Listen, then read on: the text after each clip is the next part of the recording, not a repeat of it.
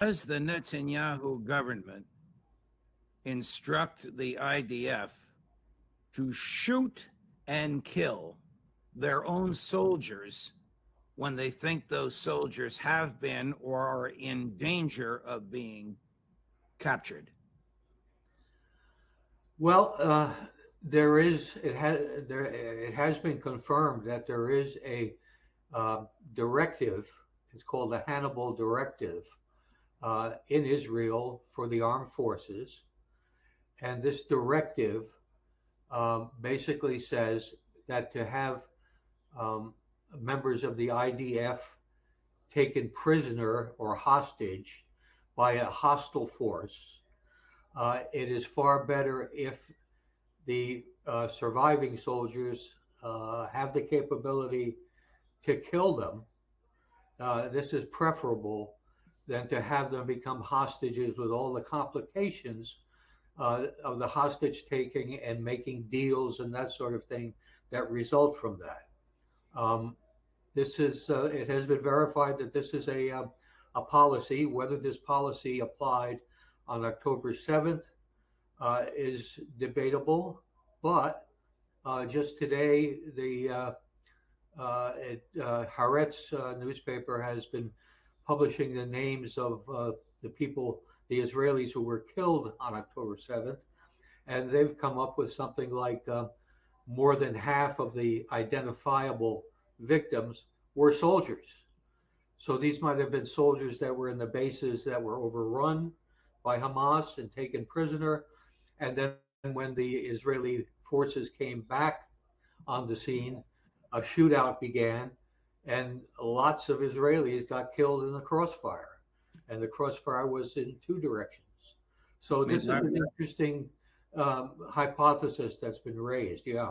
our friend and colleague Larry Johnson reports that on October 8th, the Israeli IDF murdered Israeli civilians who had been or were about to be captured by Hamas. Yeah, that's another aspect of the story. Is there any other government or military that does this that you're aware of?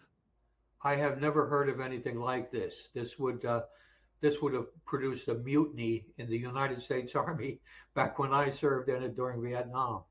And it would be, I think, produce a mutiny in virtually any military organization that I've ever heard of. This is quite bizarre.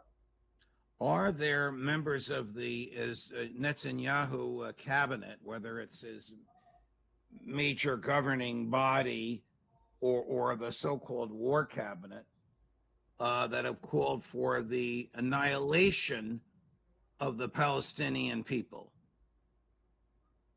Oh yeah, it's not uncommon. Ben Gavir would be one. Smotrich would be another. There have been through the years a number of senior politicians from the conservative side, the Likud side of the Israeli government, that have called for either killing the Palestinians off or at a minimum forcing them to leave. So this has been kind of something talked about for a long time now, and there's certainly people that are dedicated to doing just that right now. The conversations in Israel are certainly veering in that direction. Do we clear out the Gaza Strip completely, push them into Egypt, push them into the Mediterranean, or just kill them all? It's and of course this is supported by a number of U.S. politicians that uh, like Lindsey Graham. I mean, this is pathetic. What's going on? It's just awful.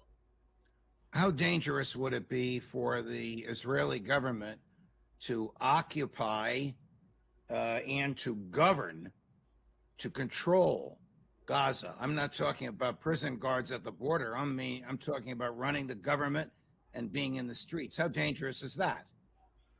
Well, it depends on exactly what they have in mind. Obviously, Netanyahu has this in mind. He's talking about governing it or controlling it after whatever is going on now is concluded. And that would certainly require military presence in Gaza. It would require governors of some type or level, probably military governors. But you